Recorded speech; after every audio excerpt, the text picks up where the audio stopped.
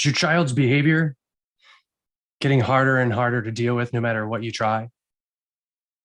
Parents who are dealing with escalating behaviors from kids who have tried everything and find nothing seems to work, or it only seems to make things worse.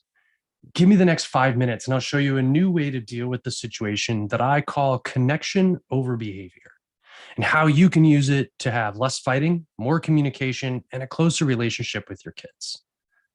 If you want to see my longer video where I go into more depth about my approach to parenting and the cubed method that I use and why I focus on connection over behavior, comment #help below and I'll get you that link right away.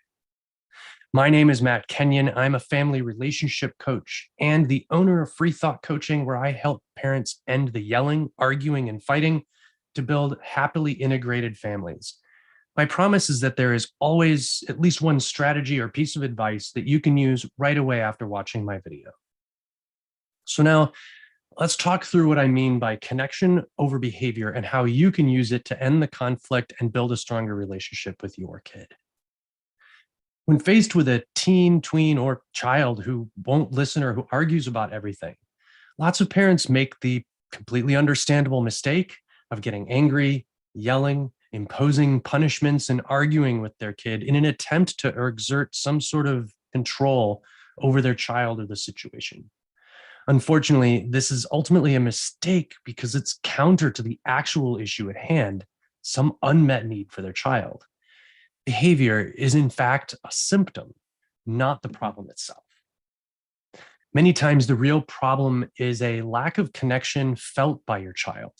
This isn't to say that you aren't trying to connect with your child. You are probably trying very hard. However, no matter how hard you try, sometimes as a parent, you may inadvertently and unintentionally sabotage the connection in the situation through learned behaviors that you picked up from family of origin, society, and culture. If you sabotage too much, your child won't feel a strong connection to you.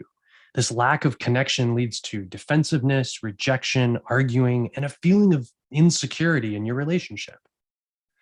The heart of connection over behavior is keeping the relationship in mind and focusing on empathizing with your child, letting go of your own ego, and letting them know you really want to have a relationship with them that's mutually enjoyable.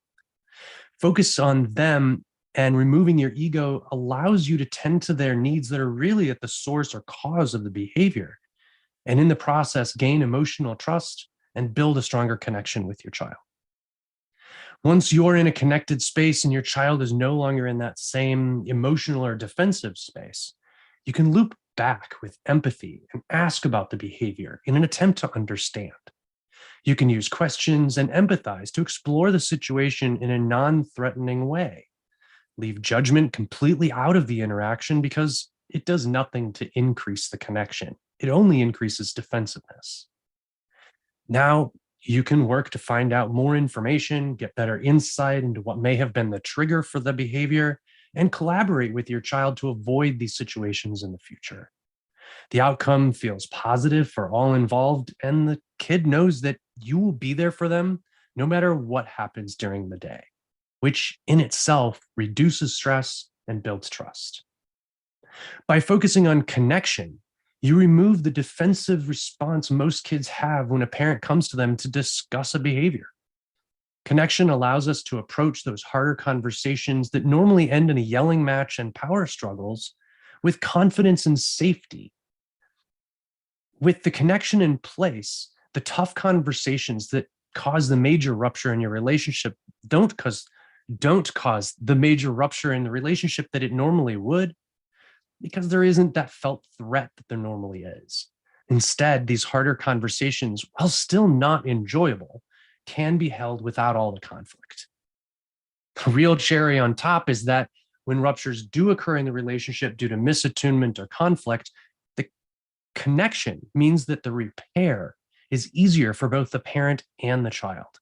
Relationships grow rather than stagnate and degrade as the child grows older, and the teen years become a whole different experience when there is a stronger connection between the child and the caregiver.